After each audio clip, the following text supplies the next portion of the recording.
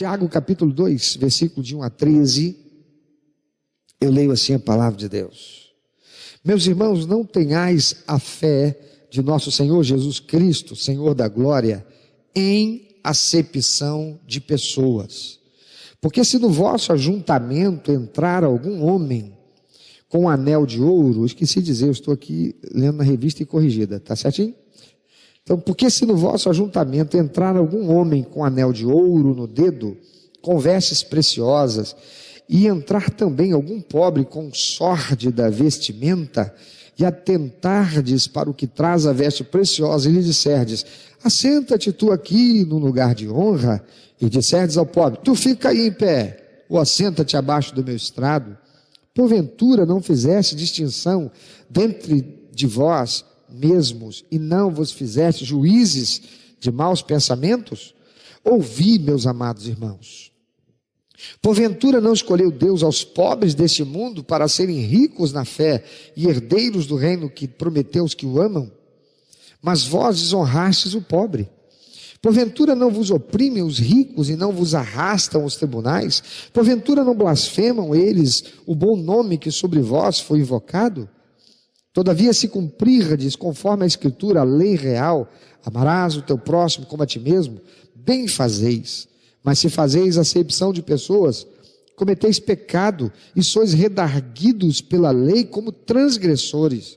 Porque qualquer que guardar toda a lei e tropeçar em um só ponto, tornou-se culpado de todos. Porque aquele que disse não cometerás adultério, também disse não matarás.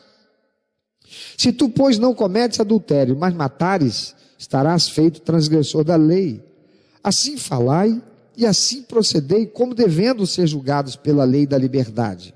Porque o juízo será sem misericórdia sobre aquele que não fez misericórdia, e a misericórdia triunfa sobre o juízo.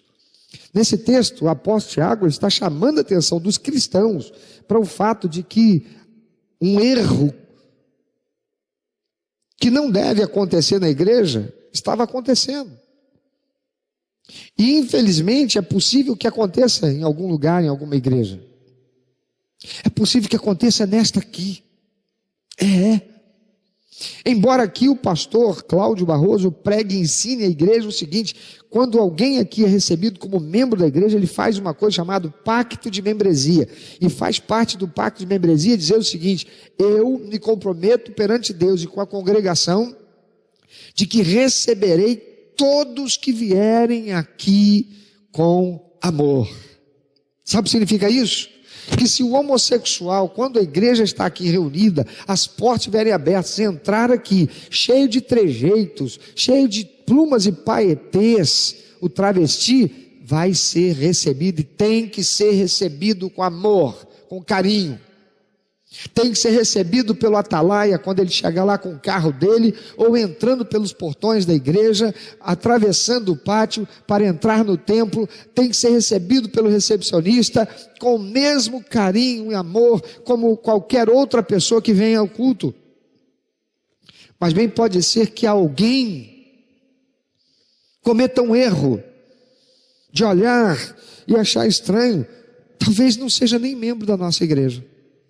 Mas bem pode ser que seja um membro da igreja, sim, que embora tendo feito aquele pacto de membresia, tem uma atitude errada, indevida, inadequada e própria.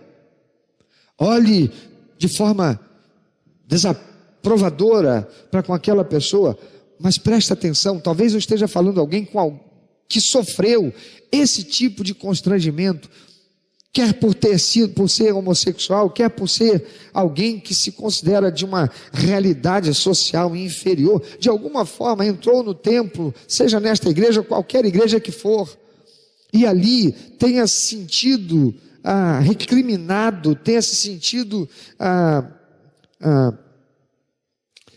como é que é a palavra? Discriminado. E aí sai triste com a igreja. Ei, não foi a igreja de Jesus que fez isso contra você, foi um crente, um membro da igreja talvez, e talvez não fosse nenhum membro da igreja. Você entrou na igreja e não sabia quem é membro e quem não era. Eu quero dizer para você, se algum dia você entrou numa igreja e passou por isso, volta. Não foi a igreja que te tratou assim, Às vezes, porque o pastor está pregando e ele precisa pregar o que diz a palavra de Deus. E a palavra de Deus fala a respeito de um monte de coisa que é pecado. E aí a pessoa está sentada lá e ela se sente agredida porque o pastor falou num pecado que ela está. Por exemplo, eu prego e tenho que pregar que estar vivendo sob um relacionamento conjugal baseado num contrato de união estável não é casamento. Não tenho direito de chamar meu esposo, minha esposa, porque não é casamento. E não é a verdade. Casamento é quando se vai ao cartório, dá a entrada na documentação, passa o processo legal para confirmar que ambos estão absolutamente livres e podem contrair o contrato chamado contrato do casamento. E quando então chegam perante o juiz de paz, ele, autoridade legal do judiciário, é ele quem pode dizer: eu te considero marido, mulher, estão casados à luz da lei. A partir dali então é marido e mulher, esposo e esposa. Sob o contrato de união estável não é marido e mulher. E aí a pessoa às vezes se sente ofendida. Ei, se você ama Jesus, então você precisa crer na palavra de Deus, a Bíblia Sagrada, e passar a andar pelos princípios e valores que Deus estabeleceu e que estão na Bíblia Sagrada. Mais uma coisa, Deus não muda. Ele mesmo diz: eu sou o Senhor e eu não mudo. Está na Bíblia Sagrada. A sociedade muda porque a palavra de Deus diz: o mundo inteiro está sob o domínio do maligno. Mas Deus não se adequa à mudança da sociedade. A sociedade é que precisa se ajustar aos princípios e valores da palavra de Deus. Então, se você entrou algum dia numa igreja e você se sentiu discriminado por alguém, por favor, volte. Não foi a igreja que te discriminou. Foi aquela pessoa que, na sua ignorância significa falta de conhecimento, agiu de uma forma que não deveria ser com você.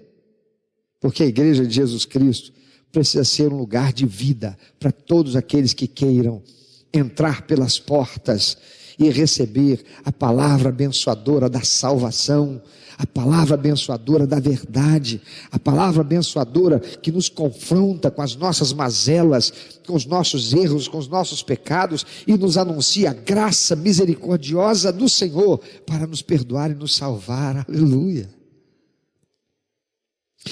O apóstolo Tiago está aqui chamando a atenção de que aqueles que dizem, que se submetem e que dizem: eu nunca roubei, nunca matei. Você já conheceu gente assim? Eu acredito que eu vou para o céu porque eu nunca roubei, nunca matei, nunca adulterei, eu sempre paguei minhas contas em dia. Mas o que o apóstolo Tiago está falando aqui e fazendo aqui uma aplicação, quando ele diz aqui, por exemplo, porque qualquer que guardar a lei e tropeçar em um só ponto, tornou-se culpado de todos, porque aquele que disse: não cometerás adultério, também disse: não matarás. Se tu, pois, não cometeres o adultério, mas matares, terás feito transgressor da lei. Então aquele que diz: eu nunca roubei, nunca matei, nunca adulterei, eu pago minhas contas em dia, eu tenho tudo certinho, mas é fofoqueiro, é pecador e cometeu todos os outros pecados que diz que não. Porque para Deus, se você comete um pecado todo, você é pecador, cometeu pecado. Por isso, quando aquela mulher adúltera foi levada até Jesus para ser apedrejada, e os fariseus querendo enredar Jesus numa trama para fazê-lo acusado de ir contra a lei, porque a lei dizia: adulterou, e é Deus quem mandou Moisés redigir aquela lei, adulterou, morte por apedrejamento. Eles então trazem aquela mulher, e Jesus, que dizia que era filho de Deus, se ele for filho de Deus mesmo, agora a gente pega ele, isso é um charlatão. E quando chegaram com aquela mulher para Jesus e disseram: aí, essa mulher foi pega em adultério, a lei manda matar, o que você diz para fazer? Jesus virou para eles e disse: aquele de vós que não tenha pecado, atire a primeira pedra. Apóstolo Tiago está aqui falando na mesma direção que Jesus, discípulo do Senhor, está aqui dizendo exatamente isso. Sabe, amados, o que isso tem a ver com discriminação? É que nós estamos vivendo nessas 2 últimas semanas um ambiente social em que a tônica não é mais apenas o coronavírus, não é mais apenas a pandemia. Nas 2 últimas semanas, nós também estamos vendo os chamados protestos antirracistas, chamados assim pela grande mídia, que faz parecer que aqueles que estão lá são protestantes, eles estão protestando contra algo, chamando de protestantes. Porém, o que estamos vendo não são protestos, porque protestar é manifestar a insatisfação através de um ato não violento, que visa levar o outro a mudar seu comportamento ou mudar a lei. Como fez muito bem um pastor batista norte-americano chamado Martin Luther King Jr. Você sabia que ele era batista como eu? Negro, que pacificamente levava milhares de pessoas a se reunirem para expressarem o seu sentimento a respeito de um assunto que era naquele tempo, sim, direitos sociais, de cidadania para aqueles de cor negra. Aliás, hoje também falar cor negra já está começando já começou a virar politicamente incorreto, que é outro discurso que começa agora a ter baile, ou estar no baile das ideologias que vão surgindo, ou que vão sendo somadas à ideologia já existente. Agora, o negócio é chamar de preto. Por quê? Porque negro tem uma conotação negativa, porque é peste negra. E as coisas estão negras, mas preto não. Quer ver? Fulano ganhou uma nota preta, coisa boa, né? Ninguém chama de negra Gil, chama de quê?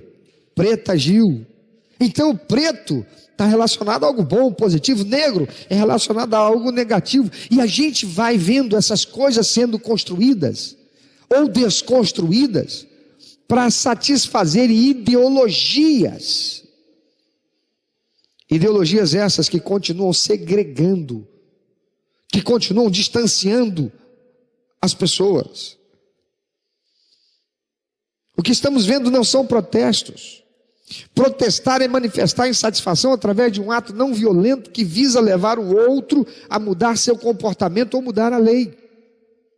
O que estamos vendo é uma turba que de modo agressivo promovem saques, roubos, vandalismo, destruindo propriedades de terceiros, que são cidadãos como eles e que não fizeram nada contra eles.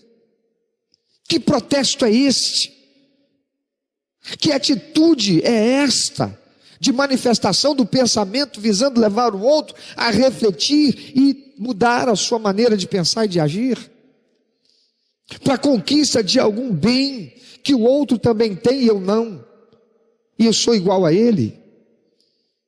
O texto que lemos nos dá a instrução, queridos, de que o cristão não deve fazer acepção de pessoas por qualquer que seja o motivo, seja racial, seja social, seja econômico, seja religioso.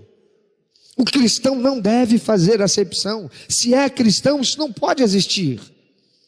O cristão deve saber conviver com o diferente em amor, não necessariamente aceitando para si o comportamento do outro, não necessariamente aceitando para si a cultura do outro, não necessariamente aceitando para si a religião do outro, não necessariamente aceitando para si a ideologia do outro, não necessariamente aceitando para si o posicionamento político do outro, mas tratando o outro com amor, com respeito e com dignidade. Isso é ser cristão. Mas veja que aqueles que supostamente estão protestando, porque um cidadão negro foi asfixiado até a morte por um policial branco, e estão com isso querendo que as autoridades passem a respeitar os negros como iguais, estão cometendo erro igual. Porque à luz do que diz os versículos 9 a 13 que lemos, diz assim: mas se fazeis acepção de pessoas, cometeis pecado e sois redarguidos pela lei como transgressores. Eu estou protestando porque um policial branco asfixiou um negro até a morte, e por isso eu estou quebrando a propriedade daquele, eu estou destruindo o que ele tem, eu estou colocando fogo no carro daquele que está passando, porque é branco.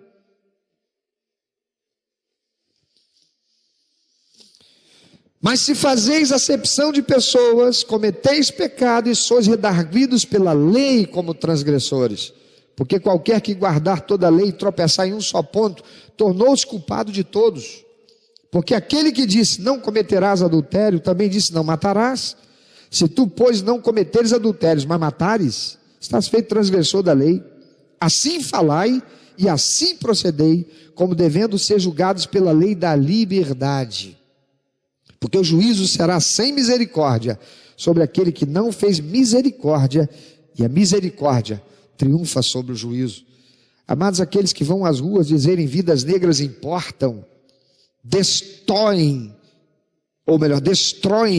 vidas brancas, pardas, morenas, amarelas, negras ou pretas, quando estão destruindo as suas propriedades e, consequentemente, os empregos dos que trabalhavam lá, sem contar daqueles policiais que não tiveram nada a ver com o mal policial, que cometeu aquele vergonhoso, gravíssimo e covarde assassinato. Não são as vidas negras que importam, é a vida que importa. Seja ela de branco, de negro, de índio, de asiático, de pobre, de milionário, de cristão, de muçulmano, de comunista, de democrático, é a vida que importa. É preciso que tomemos cuidado para não nos deixarmos sermos embutidos em uma agenda ideológica que notoriamente não visa defender os negros, mas uma agenda política, ideológica, que é ser oposição sistemática ao governo. E tem muita gente boa, de boas intenções, se deixando levar por essa onda. Olha que absurdo. Quantos daqueles que estão agora mesmo, artistas, personalidades da sociedade, de projeção na sociedade, que estão aí fazendo coro, vidas negras importam, mas são a favor do aborto. Vidas negras importam, mas vidas de crianças não, de feto, não importa. Nós precisamos abrir nossa visão, nós precisamos olhar com equilíbrio e termos um olhar crítico. Criticar é falar a respeito de alguma coisa usando como base uma autoridade, e a base autoritativa de todo cristão é a Bíblia, a palavra de Deus. Não é a vida negra que importa, não é a vida branca que importa, não é a vida índia que importa, não é a vida, é a vida, é o ser humano. O ser humano importa. Jesus não morreu por brancos, Jesus não morreu por pretos ou negros, Jesus não morreu por asiáticos. A palavra do Senhor lá em João capítulo 1, versículo 10 a 13 diz: Ele veio para os que eram seus, e os seus não o receberam. Mas a todos quantos o receberam, a estes é dado o poder de serem tornados filhos de Deus. Você entendeu, meu amado? Jesus não veio só para o judeu. Jesus veio para o judeu, Jesus veio para o muçulmano, Jesus veio para o budista, Jesus veio para o asiático, para o europeu, para o americano. Jesus veio para o homem, para o ser humano, porque a vida humana importa. É preciso que tomemos cuidado. A palavra de Deus nos ensina a fazermos tudo com decência e ordem, e a gente não está vendo isso aí acontecendo.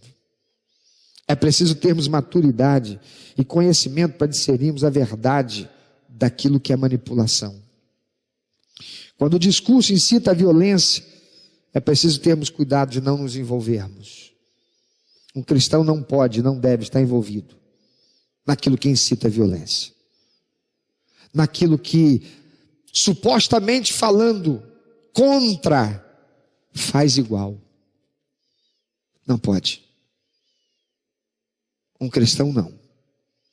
Martin Luther King Jr., pastor, batista, figura, personagem histórico, não apenas para os Estados Unidos, mas para todo o mundo ocidental.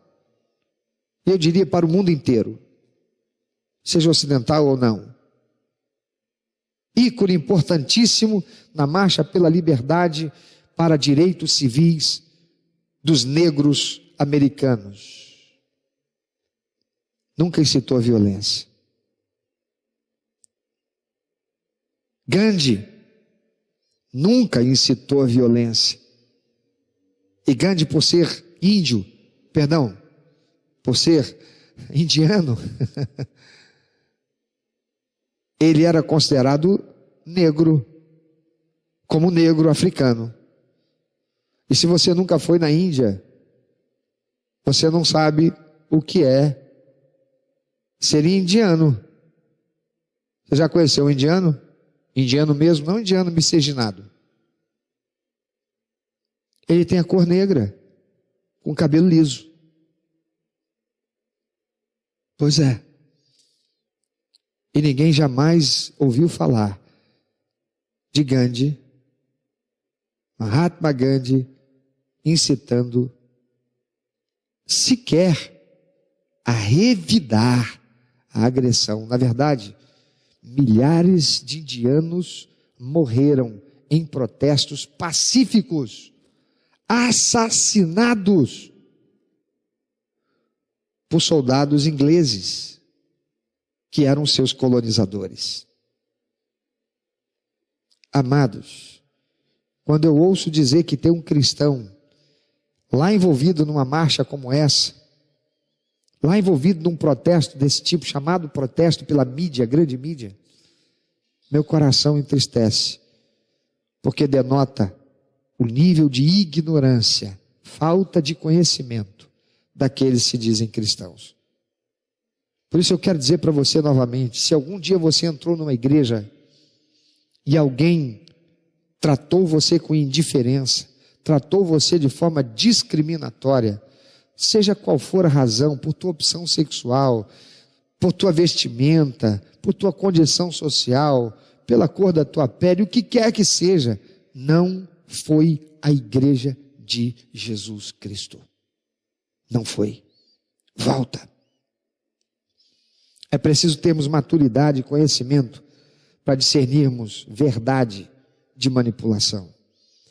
Quando o discurso incita a violência, temos que ter cuidado e não nos envolvermos. O cristão deve sempre ser a favor do diálogo, deve sempre ir às últimas possibilidades para resolver as coisas em amor. E eu encerro com o texto do apóstolo Paulo aos Romanos, capítulo 12, versículo 8, que diz: se for possível, quanto depender de vós, tende paz com todos os homens. Há algum problema de protestarmos? Nenhum, é direito. A nossa Constituição brasileira assegura a todo brasileiro livre expressão do pensamento. Hoje mesmo nós estamos vendo que a instituição que deveria estar protegendo esse direito nosso está cerceando, porque o Supremo Tribunal Federal, fazendo coro e sendo reforçado pela grande mídia, está solapando esse direito do cidadão brasileiro. Por quê? Eu não concordo, pastor Cláudio Barroso, não concordo que vão para as ruas pedirem fechamento do Supremo Tribunal Federal. Não concordo. Eu estou dizendo, pastor, não estou falando o nome da igreja, não estou falando meu, pastor Cláudio Barroso, não concorda que peça fechamento do Congresso Nacional. Não concordo. Por quê? Porque nós vivemos num Brasil, um país democrático. Nós somos o povo, e o poder na democracia emana do povo. Eu não concordo com isso. Eu concordo sim, que se for o caso, a gente pegue e destitua os deputados, os senadores que não são dignos para estar lá, sem problema, mas não é caso de fechamento. Pegar e dizer, fechamento do Congresso, fechamento do STF, como é que chama? Ditadura não, mas AI-5 com o Bolsonaro. Deixa eu dizer uma coisa para você, isso eu não concordo, porque nós vivemos num país democrático. Nós podemos, como povo, o povo forçou a barra, expressando seu pensamento, ordeiramente, em protestos, esses sim, em caminhadas, em buzinaços, em panelaços, em manifestações públicas, fazendo o Congresso Nacional de saber, não queremos mais ele no poder, e 2 presidentes foram destituídos. Impeachment. Fomos nós, o povo. O povo. Mas embora eu não concorde, eu tenho que dizer, é constitucional, é direito dizer, eu não quero isso, eu quero isso aqui. Deus, o Todo-Poderoso, quando criou o homem, deu livre arbítrio. O homem pode escolher hoje, chegar ali, juntar dinheiro, ou pegar o dinheiro dele, construir um prédio, botar a imagem de um capeta, de um demônio, um satanás, lá em cima, e escrever lá, igreja do diabo, e um monte de pessoas passarem a ir lá cultuar o diabo. Isso é democracia, isso é liberdade. Livre expressão do pensamento. Liberdade de culto. Ele tem a liberdade, ele não pode fazer isso nas ruas, porque lá é ambiente público. Ambiente público, ele não pode fazer o que ele pode fazer dentro das 4 paredes do templo. Então, o cidadão brasileiro, glória a Deus, temos democracia, temos liberdade de expressão do pensamento, temos liberdade de expressão religiosa e culto. O ambiente de culto, diz a Constituição, tem que ser protegido, preservado. Mas o fato de eu não concordar não significa dizer que eu tenho que agredir, que eu tenho que cercear o direito. A palavra do Senhor é muito clara. Se for possível, quanto depender de vós, tende paz com todos os homens.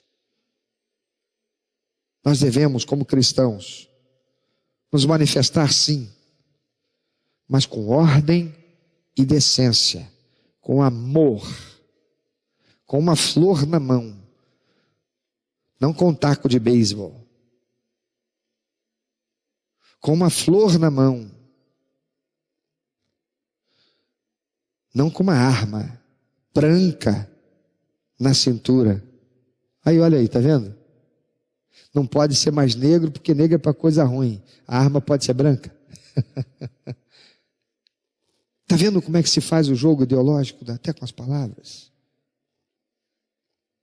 Vamos ficar com o que diz a palavra de Deus, meus amados. Não importa o que dizem, ou importa o que Deus diz. E o que é que Deus está falando a respeito disso? O que Deus diz é ordem e decência. Fazer tudo com amor, respeitando e amando o próximo como a nós mesmos. O Brasil não pode ser dividido entre inimigos de A e inimigos de B. Nosso povo não pode estar dividido. Nosso povo pode não ter a mesma visão a respeito de um determinado assunto. Eu posso pensar de uma forma e você de outra. Eu posso ver de um jeito e você vê de outro. É por isso que nós temos batistas, assembleanos, metodistas, congregacionais, presbiterianos, adventistas. Mas se é Jesus, o nosso Senhor, a Bíblia é a mesma. para o batista, presbiteriano, assembleano, ela é quase a mesma, até mesmo para o católico. Tirando lá os livros deuterocanônicos, chamados apócrifos, é a mesma Bíblia. E lá diz a mesma coisa: enquanto estiver em vós, tende paz com todos. Ama teu próximo como a ti mesmo. E se você, querido ou querida, se sentiu cerceado, recriminado, discriminado, pela razão qual tenha sido, e por causa daquilo, daquele desconforto, daquele constrangimento, quem sabe foi um constrangimento sério que você passou, não foi a igreja de Jesus. Não aceite que aquilo mantenha você afastado da comunhão com o corpo de Cristo. Talvez você tenha entrado lá esperando receber uma palavra de Deus que até fizesse sentido para arrancar você da vida que você estava levando. Talvez você estivesse já vivendo num conflito interior e já questionando: será que isso é mesmo que eu estou vivendo? É o que devo viver? Isso aqui é para ser assim mesmo? O que Deus tem para dizer sobre isso? Mas Satanás usou alguém lá dentro. Quem sabe alguém da membresia da igreja, Satanás usou para fazer você impedido de encontrar a verdade. Volta hoje, volta. Pelo menos aqui, a primeira igreja batista em Belfor Roxo, nós queremos ser um lugar de vida para você e para a tua família. É claro, se você tem como estilo de vida, se você está vivendo a realidade da homossexualidade, nós aceitamos você vir entrar por essas portas do jeito que você vier e participar do culto, quando voltarmos aos cultos presenciais, como nós fazíamos antes da pandemia. Você vai ser recebido com amor, com carinho. Se alguém olhar para você de alguma forma, você não sentir muita vontade, não é a igreja. Talvez seja um visitante, como você. E se for um crente, não é um crente de verdade, ou não é um crente maduro. Talvez seja alguém que chegou ontem aqui e ainda não foi ensinado. Porque aqueles que estão buscando viver sob a palavra de Deus aprendem que devem amar, independente de quem seja. Nós ficamos com o que diz a Bíblia. O homossexualismo não é aceito por Deus. Há grupos que dizem que sim, porque torceram a Bíblia, escreveram a Bíblia para si, fazendo a Bíblia dizer o que eles querem, para concordar, mas não é assim.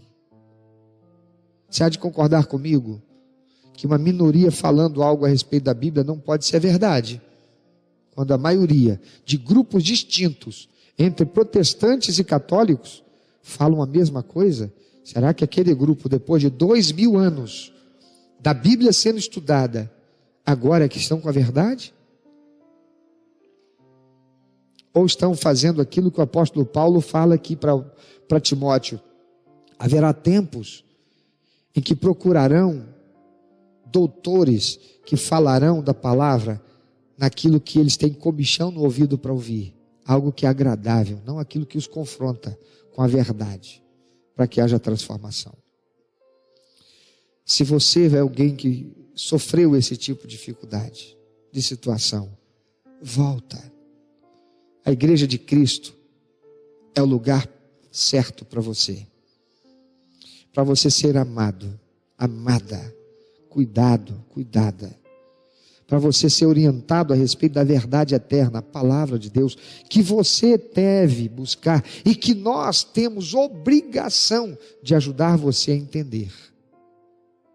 Porque a palavra de Deus não nos instrui, nem a mim como pastor, nem a igreja, a enfiar a palavra pela goela abaixo do fiel, sem que ele critique o que ele está recebendo. Não. O apóstolo Paulo diz que nós somos transformados apenas quando acontece a renovação do nosso entendimento, por uma atitude pessoal nossa de buscar conhecer a verdade. Jesus Cristo é quem disse: conhecereis a verdade e ela vos libertará. E a palavra conhecer significa ter profunda intimidade. Venha ter profunda intimidade. Pegue a Bíblia que você tem. Se você não tem, adquira uma. Leia. Você não tem, está sem condições para adquirir a Bíblia? Escreve agora aí nos comentários: eu quero uma Bíblia. Eu vou mandar uma Bíblia para você, de graça. Pode escrever nos comentários: eu não tenho Bíblia, e eu vou acreditar, vou confiar que você vai falar a verdade. Então escreva aí: eu quero uma Bíblia, e nós vamos entrar em contato com você. Vamos pegar teu endereço. Se você mora distante, vamos mandar através dos correios. Se você morar próximo, você virá aqui e pegará a Bíblia. Mas volta.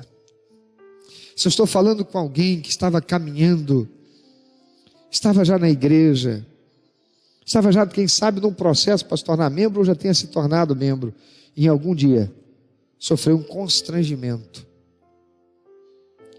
fosse pela cor da pele, pela origem social, fosse por qual for a situação, volta. Entrega a tua vida para Jesus. Não acredite na mentira de Satanás de que você pode ser crente sem igreja, porque foi Jesus quem estabeleceu. Sobre a verdade eterna de que eu sou o Cristo, o Filho do Deus vivo, edificarei a minha igreja. Não foi um homem qualquer que falou, foi Jesus. Há um lugar para você na igreja de Cristo, se você quer Jesus como teu único, eterno e suficiente Salvador. Se você quer, escreva agora aí, diga: eu quero Jesus. Eu hoje quero receber Jesus como meu único, eterno e suficiente Salvador. Escreva e eu vou orar com você. Escreva e eu vou entrar em contato com você. Nós vamos entrar em contato com você. Você está afastado da comunhão da igreja do Senhor, seja pela razão qualquer que tenha sido. Você quer hoje voltar à comunhão com o corpo de Cristo? Você quer caminhar? Você quer ter um lugar de vida para você e para a tua família? Nós estamos de braços abertos, independente se você mora aqui ou se você mora longe, porque esta pandemia está dando, entre outras coisas, nossa maneira de ser igreja. Não temos mais o ambiente presencial. Aliás, temos o ambiente presencial, mas não temos a presença dos membros aqui. Vocês estão aí espalhados por todos os lugares. Nós somos a igreja não depende de parede. E você poderá também estar agregado conosco, mesmo que você more distante. Então, escreva nos comentários: eu quero ser parte do corpo de Cristo. Eu hoje decido voltar para Jesus. E nós vamos entrar em contato com você. Amém? Enquanto o louvor estiver sendo entoado para exaltação do Senhor, se você quiser, faça a tua decisão e nos faça saber. E nós vamos nos alegrar muito e orar com você.